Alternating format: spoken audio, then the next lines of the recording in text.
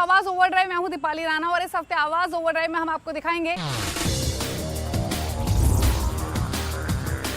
महिंद्रा थार या Maruti Jimny, Maruti Baleno या Tata Altroz CNG,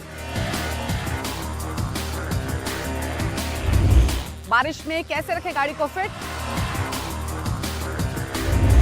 और हमारे ओवरड्राइव मैगजीन के एडिटर बर्टन डिसूजा बताएंगे स्कोडा कोडियाक या हुंडई टूसो में से बेस्ट कौन। ये जो आपकी जो बजट है ये बहुत ही मायने रखता है यहाँ पर, क्योंकि जो टूसो है वो बजट के अंदर आपका गिर जाता है वेरी कंफर्टेबली। महिंद्रा थार किसी इमोशन से कम नहीं है तो जिम्नी कैरी करती है जिप्सी की लेगेसी। लेकिन एक फैक्ट ये जरूर है कि जिम्नी के आने के बाद इस सेगमेंट के बायर्स कंफ्यूज जरूर हुए हैं कि क्या अपनी ऑल टाइम फेवरेट थार के साथ जाए या जिम्नी को खरीद सकते हैं। तो अगर आप भी हैं इन दोनों के बीच में कंफ्यूज तो एक खास कंपैरिजन हम आपके लिए लेकर आए हैं।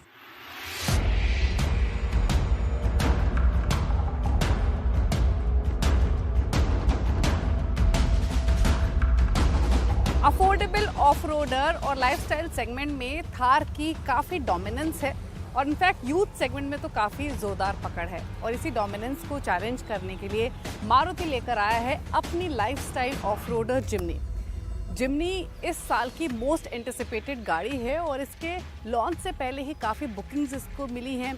अब जब लॉन्च हो चुकी है तो काफ़ी सारे सवाल हमें मिल रहे हैं, क्या जिम्नी प्रैक्टिकल है, क्या इसमें 5 लोग आसानी से बैठ सकते हैं, डे टू डे लाइफ के लिए यूज़ कर सकते हैं या फिर नहीं, या फिर लॉन्ग ट्रिप्स पर जाना हो तो क्या जिम्नी उस पैरामीटर पर सूट करती है, क्योंकि वो तमाम बातें वो हैं जहाँ पर थार थोड़ी सी लैक करती है। एक और इम्पॉर्टेंट सवाल हमें मिला जिम्नी को लेकर कि क्या इसका 1500 सीसी का पेट्रोल इंजन अंडर पावर्ड तो नहीं है। तो आज हम ये इंटरेस्टिंग कंपैरिजन आपके लिए लेकर आए हैं। ऑल्दो ये कंपैरिजन बहुत ही डिफिकल्ट है क्योंकि सिर्फ एक इंजन चॉइस आपको मिलती है जिम्नी के साथ, लेकिन थार के साथ multiple power train, multiple gear box choices आपको मिलती हैं।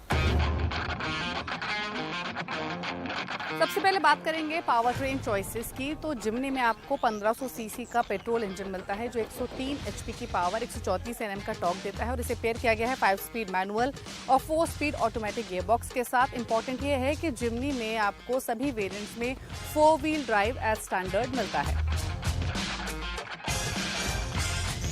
वहीं थार में आपको 3 इंजन चॉइसेस मिलती हैं, 1500 सीसी डीजल, 2200 सीसी डीजल और 2000 सीसी का पेट्रोल इंजन मिलता है। साथ ही आपको जिम्नी सिर्फ 4 व्हील ड्राइव ऑप्शन के साथ मिलती है, वहीं थार में आपको रेयर व्हील ड्राइव और 4 व्हील ड्राइव दोनों ही चॉइसेस मिलती है। अब क्योंकि जिम्नी में डीजल इंजन नहीं है तो इसीलिए पेट्रोल इंजन का ही कंपैरिजन करना ज़्यादा वायबल ऑप्शन है।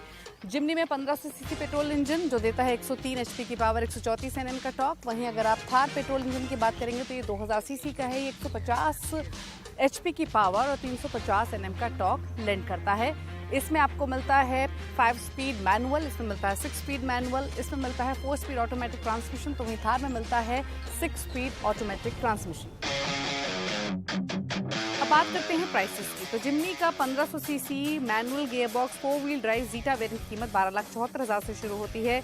वहीं जो सिमिलर वेरिएंट है थार का 2000 सीसी का petrol engine manual transmission 4 wheel drive x variant, इसकी कीमत 13,87,000 से शुरू होती है। तो यानी जो थार है वो 1,13,000 रुपये महंगी है जिम्नी के मुकाबले। वहीं अगर आप ऑटोमेटिक गियर बॉक्स को कंपेयर करेंगे तो top spec Jimny 1.5 litre 80 gear box के साथ 4 व्हील ड्राइव अल्फा वेरिएंट आता है, इसकी कीमत 14,90,000 से शुरू होती है। वहीं थार का जो automatic gear box 4 wheel drive LX hard top variant है उसकी कीमत 16,10,000 से शुरू होती है। तो यानी अगर आप टॉप स्पेक वेरिएंट्स कंपेयर करेंगे पेट्रोल वेरिएंट के ऑटोमेटिक गियर बॉक्स के साथ तो यहाँ डिफरेंस आता है 1,21,000 का।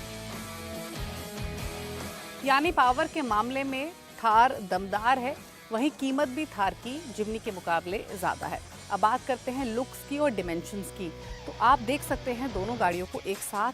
थार की जो रोड प्रेजेंस है वो काफ़ी डोमिनेटिंग है क्योंकि जिम्नी के मुकाबले इसकी जो हाइट है और जो विड्थ है वो थोड़ी ज़्यादा है और इसके इनफैक्ट जो व्हील आर्क्स हैं वो भी फ्लेयर्ड हैं जो कि इसको काफ़ी डोमिनेंस प्रेजेंस लेंड करते हैं।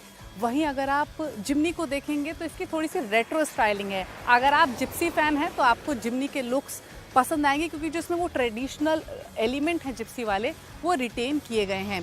दूसरी तरफ ये मैस्कुलिन बिल्कुल नहीं लगती है क्योंकि इसकी जो हाइट है या फिर जो विड्थ है वो थार के मुकाबले कम है। ऑल्दो दोनों ही गाड़ियों की जो लेंथ है वो सेम है। व्हील साइज भी अगर आप देखेंगे तो आपको छोटे व्हील्स मिलते हैं जिम्नी में 15 इंच के, वहीं आपको थार में 18 इंच के व्हील्स मिलते हैं।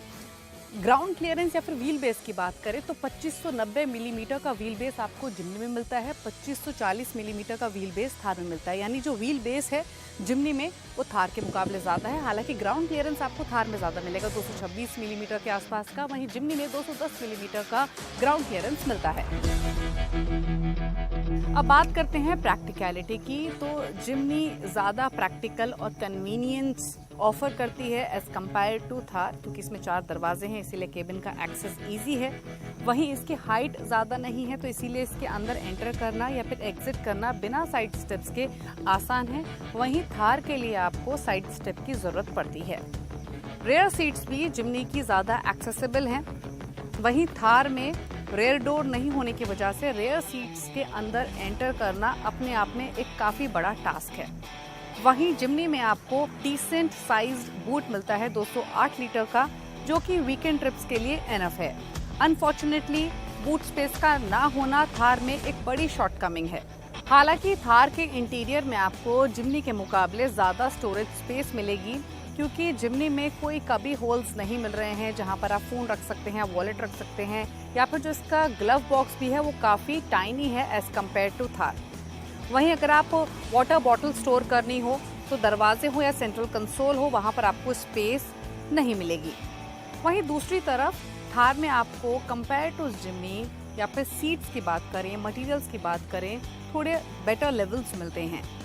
दोनों ही एसयूवीज में आपको कुछ सिमिलर सेट ऑफ फीचर्स मिलते हैं, जैसे cruise control, multi function steering wheel, touch screen infotainment system, rear parking sensors, hill hold assist, electronic stability program और हिल डिसेंट कंट्रोल। लेकिन एडिशनल फीचर्स की बात करें तो जिम्नी में आपको 6 airbags, engine start stop button, headlamp washers, automatic LED headlamps और एक बड़ा 9 इंच का इंफोटेनमेंट स्क्रीन मिलता है। महिंद्रा थार में अपने अलग यूनिक सेट ऑफ फीचर्स हैं, जैसे कि इसमें 18 इंच के अलॉय व्हील्स हैं, ड्राइवर सीट एडजस्टमेंट्स हैं, roof mounted speakers, tyre pressure monitoring system और 7 इंच का इंफोटेनमेंट सिस्टम मौजूद है। फीचर्स की बात तो हुई, अब बात करते हैं इनकी ड्राइवेबिलिटी और परफॉर्मेंस की। जिम्नी में आपको K15 इंजन मिलता है, जो कि बेसिक इंजन है। ट्रेडिशनल चॉइसेस आपको मिलती हैं ट्रांसमिशन की, लेकिन उसके बावजूद भी अंडर पावर्ड नहीं है। इनफैक्ट वो इसलिए क्योंकि इसका जो बॉडी वेट है वो 1200 किलो है। थार के मुकाबले 600 किलो लाइट वेट ये है, और ये लाइट वेट आप फील करेंगे जब आप इसे चलाएंगे या दोनों गाड़ियों को चलाकर देखेंगे तो वो लाइट फील करेंगे। इसका स्टीयरिंग भी काफ़ी लाइट है, इसको मैनूवर करना रूट्स पर या चलाना थार के मुकाबले ज़्यादा ईजी है। इसमें जो गियर बॉक्स चॉइसेस आपको मिलती हैं वो भी एनफ है इसके बॉडी वेट के हिसाब से, जो कि 4 स्पीड ऑटोमेटिक या 5 स्पीड मैनुअल कंपनी ने दिया है। सस्पेंशन सेटअप जो है जिम्नी का वो काफ़ी अमेजिंग है, और इसीलिए टूटी फूटी सड़कों को ये विद एज हैंडल करती है। एक कंफर्टेबल ड्राइव आपको लैंड करती है, यानी एक ऑन रोड और ऑफ रोड दोनों पर्सपेक्टिव से जिम्नी एक डिसेंट पैकेज है। जिम्नी के मुकाबले थार को जब चलाएंगे तो काफी डिफरेंस है दोनों की राइड हैंडलिंग और ड्राइवेबिलिटी में।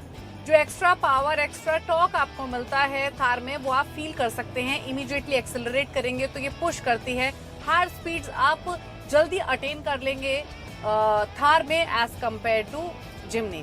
लेकिन जहां पर थार लैग करती है वो है इसका बॉडी वेट। ये आपको हैवी फील होती है रोड पर चलाते हुए। जितना इजी आप उसको हैंडल कर सकते हैं उतना इजी इसको हैंडल नहीं कर सकते। इसका स्टीयरिंग भी कंपेयर टू जिम्नी ज़्यादा हैवियर साइड पर है। ऑल्दो अगर टूटी फूटी सड़कों की बात की जाए तो ये जिम्नी के मुकाबले ज़्यादा कैपेबल आपको नजर आएगी, थैंक्स टू व्हील साइज जो ये कैरी करती है। हालांकि दोनों ही गाड़ियों के सस्पेंशन सेटअप में भी आपको काफ़ी डिफरेंस फील होगा। ओवरऑल ऑफ रोडिंग कैपेबिलिटीज की बात करें तो डेफिनेटली थार में ज्यादा पावर आपको मिलती है। ऑफ रोडिंग इसके साथ करने में मजा आएगा, लेकिन जिम्नी भी एक टफ कंपटीशन थार को देती है। अब बात करें फाइनल वर्डिक्ट की तो जिम्नी एक अफोर्डेबल और practical petrol powered 4x4 off roader है महिंद्रा थार के सामने। लेकिन महिंद्रा थार की रोबस्ट रोड प्रेजेंस है, ज्यादा पावरफुल पेट्रोल इंजन मिलता है, और इसके साथ साथ आपके पास ऑप्शन है कि अगर आप डीजल या फिर रेयर व्हील ड्राइव के साथ भी जाना चाहते हैं तो यहाँ पर आपको ज्यादा पावर ट्रेन और ज्यादा गियरबॉक्स चॉइसेस मिलती हैं। अब चॉइस आपकी है। महिंद्रा थार की पकड़ काफी मजबूत है, लेकिन अगर प्रैक्टिकलिटी है आपकी चॉइस तो जिम्नी आपको सूट करेगी। वक्त हो गया एक ब्रेक का। ब्रेक के उस पर आपको दिखाएंगे टाटा ऑल्ट्रो सीएनजी और मारुति बलिनो सीएनजी के बीच में कंपैरिजन।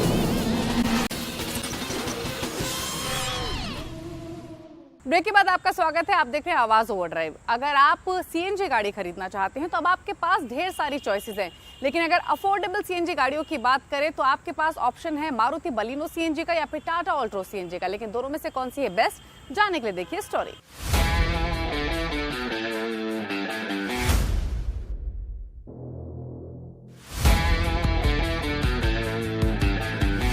रिसेंटली हमने टाटा ऑल्ट्रो सीएनजी की टेस्ट ड्राइव की और ढेरों सवाल हमें मिले कि ये गाड़ी कैसी है, बलिनो सीएनजी के मुकाबले कितनी बेटर है, दोनों में से पिक करनी हो तो कौन से पिक करें।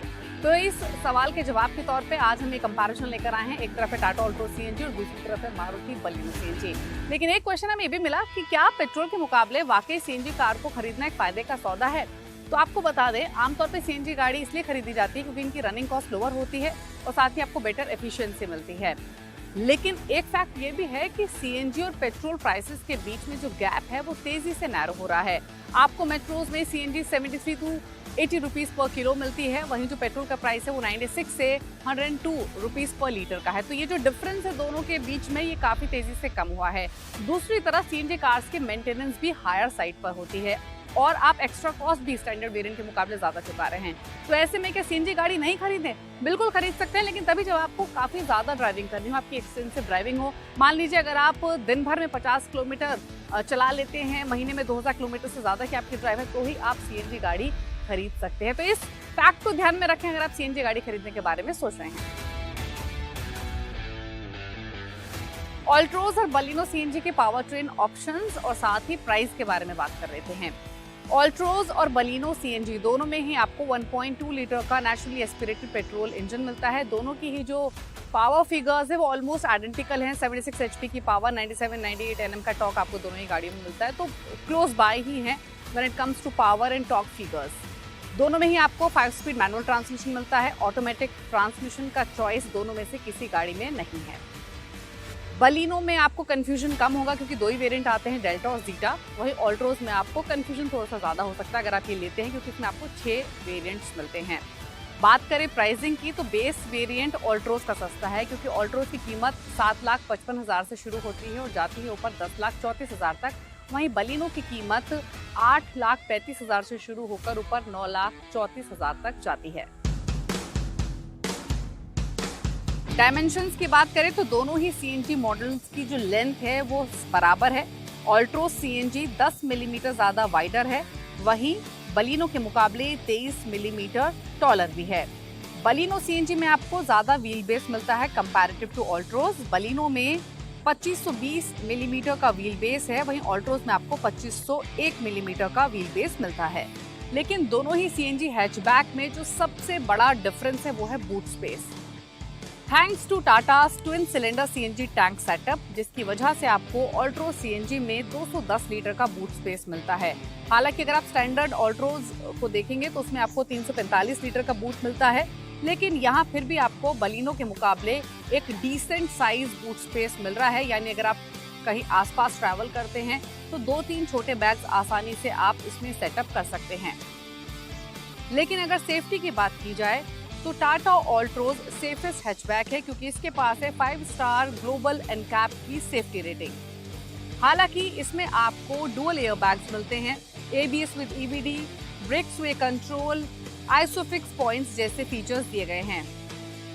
मारुति बलिनो में आपको एनकैप रेटिंग्स तो नहीं मिलेंगी, लेकिन इसमें जो एक अपर हैंड है ऑल्ट्रोज के मुकाबले वो है इसमें मौजूद 6 एयर बैग्स। आपको टॉप एंड वेरिएंट में बलिनो के 6 बैग्स का भी ऑप्शन मिलता है। इसके अलावा ABS with EBD, brake assist, ESC, rear view camera, isofix points मिलते हैं। अब बात करते हैं ड्राइविंग कैपेबिलिटीज की। तो ऑल्ट्रोज में एक वेल कैलिब्रेटेड सीएनजी सिस्टम है जो इससे कंफर्टेबल ड्राइव लैंड करता है। ऑन रोड बिहेवियर मैच्योर है।